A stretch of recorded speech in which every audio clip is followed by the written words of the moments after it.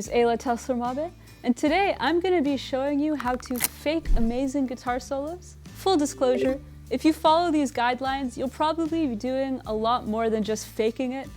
You'll be well on your way to actually playing some pretty sweet lead guitar lines. But just in case you don't have total confidence in your playing yet, hopefully this will help you fake it till you make it.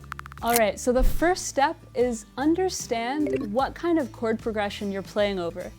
And this is something I wish I knew years ago, because I would show up to all of these jam sessions and I was so confident using my minor pentatonic scale. But in the case that we were actually playing in a major key, I had no idea what to do.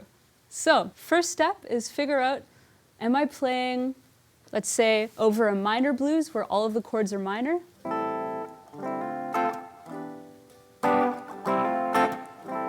Let's say I get a chord progression like that, where we're playing all minor chords. It doesn't even need to be a blues. I just know that right now I'm in the key of A minor.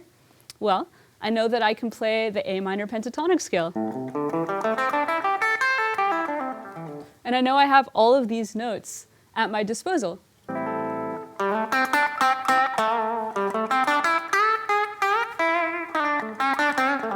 That was all basically A minor pentatonic. But here is where a lot of guitar players fall into a bit of a trap, myself included. Let's say you show up to a jam session or you're trying to play over a backing track or something like that, and you hear something like this.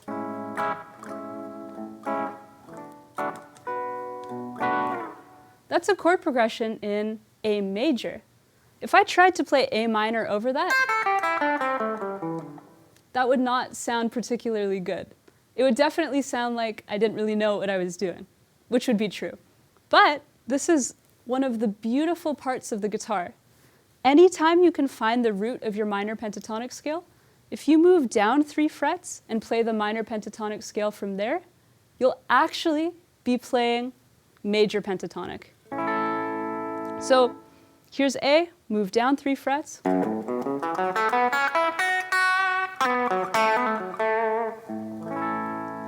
A major pentatonic. And I wish I knew that years ago, because I had many problems before I discovered that. And again, this rule applies to any key you're in. It applies to any pentatonic shape as well. Like let's say I play A minor pentatonic up here at the 12th fret of the A string.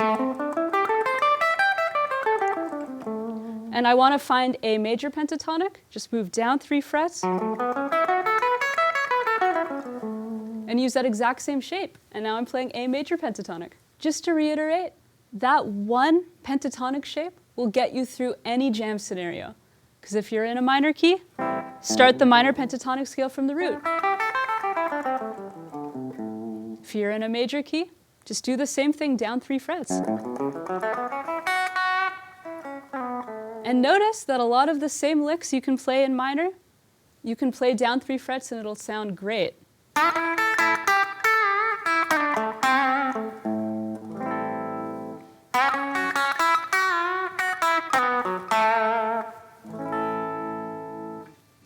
Magic. So step number 2, it's not just the notes that you play, it's how you play them.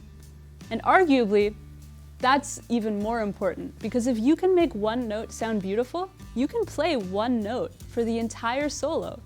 And it still might sound amazing. Like check out some live recordings of B.B. King where he takes one note and he holds it for like 4 bars and the audience is screaming because they think it's amazing, because it is amazing. It sounds beautiful. And so, just to further demonstrate what I mean, I could take a phrase and I could play it with no nuance, no feeling, nothing. It could sound like this. Okay, let's try adding some vibrato. Let's try adding a little cheeky bend in the middle of that. Suddenly that simple phrase sounds astronomically better. This has actually saved me in so many jam sessions where I showed up, I didn't know what key we were in, I had no idea what notes I could play. I found one note that worked, and I would just try to make it sound as beautiful as I could. And I tried to leave space for the rest of the people who knew what they were doing to actually make music. But I was still making music, in spite of that. Another thing to look at is the actual tone of your pedal board if you have one, your guitar, and the amp. While it's of course more important to make sure that the tone coming from your fingers sounds great, imagine if you can have great sounding tone coming from your fingers and great sounding tone coming from your equipment.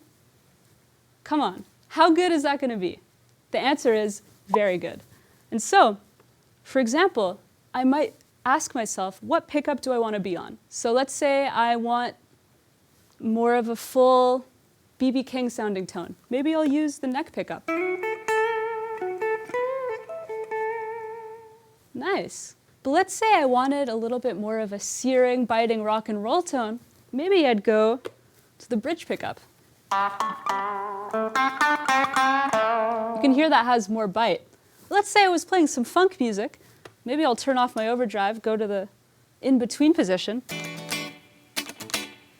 That's better for funk, I think. And speaking of overdrive, looking at your effect pedals can be so awesome and so much fun. Like for example, I have some overdrive on, I have a little bit of delay. Check out what other kinds of effects you like the sound of. You could even use a little bit of univibe, like Jimi Hendrix.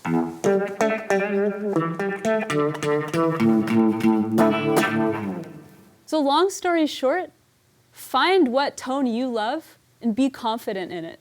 Just own it, make your guitar sing, and just imagine if you can make one note sound beautiful and you apply that to every note you play, you'll sound amazing. Believe me, you'll sound amazing. It'll be great. The third step, take licks from your favorite players. Hold on, I'm not encouraging you to steal. I'm encouraging you to take inspiration from the players that you love.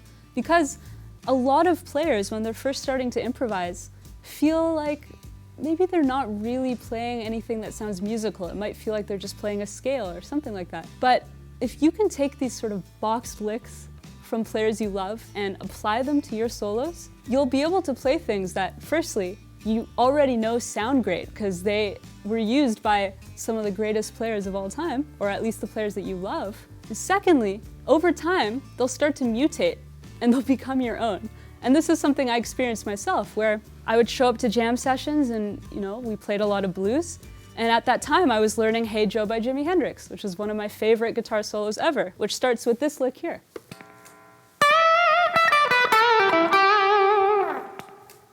Amazing minor pentatonic lick, in the E minor pentatonic box. So anytime we played a song in E minor, I had a boxed and ready lick that I knew sounded great because it came from Jimi Hendrix, one of the greatest players of all time. Take it a step further. If you notice where this is anchored in the minor pentatonic shape, you can actually take this lick and apply it to any key. Now let's say I showed up to a jam session and we were playing a blues in A minor. Well, I would try to find where this lick started in A minor, and then I'd play it.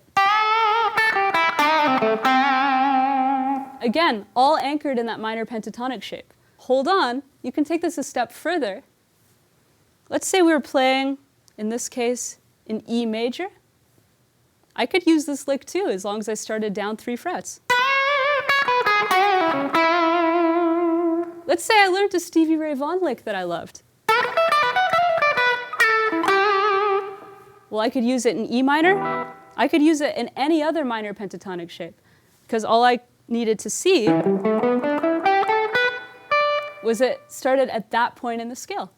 And then I could move it around to any key I wanted to. And basically what I'm encouraging you to do is to be mindful of the music you listen to and pay attention to what exactly you love about the music that you love.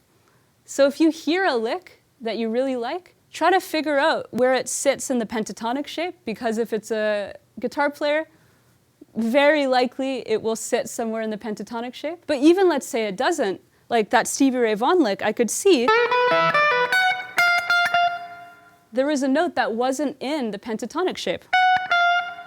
But I could still see where it sat relative to the minor pentatonic shape that I know very well. And that allows me to, again, use the minor pentatonic shape as an anchor and a reference point so that I could play and sound musical in any key, as long as I could find my pentatonic shape. So just to recap, the 3 tips that I shared with you today are, firstly, always find a way to anchor yourself in what you know. Figure out what kind of chord progression you're playing over, and use the minor pentatonic shape as a way to anchor you and guide you, always. Secondly, tone is so important because ultimately beautiful music doesn't just come from what notes you play, but from the way that you play them. And this will help you feel like you're faking it until you feel more confident you're playing, even though you'll still be playing beautiful music, even if you don't feel like you have any idea what you're doing. And the third tip was take ideas from players that you love. Be inspired by people and actually learn directly from them by learning their music and figuring out how to apply that to your own music. So the next time you show up to a jam session and you think you don't know what's going on, fall back on these tips and you might actually find you know a lot more than you think you do. So leave a comment down below of what your best tip is for anyone who feels like they need to fake it until they make it. And I hope you have a wonderful day.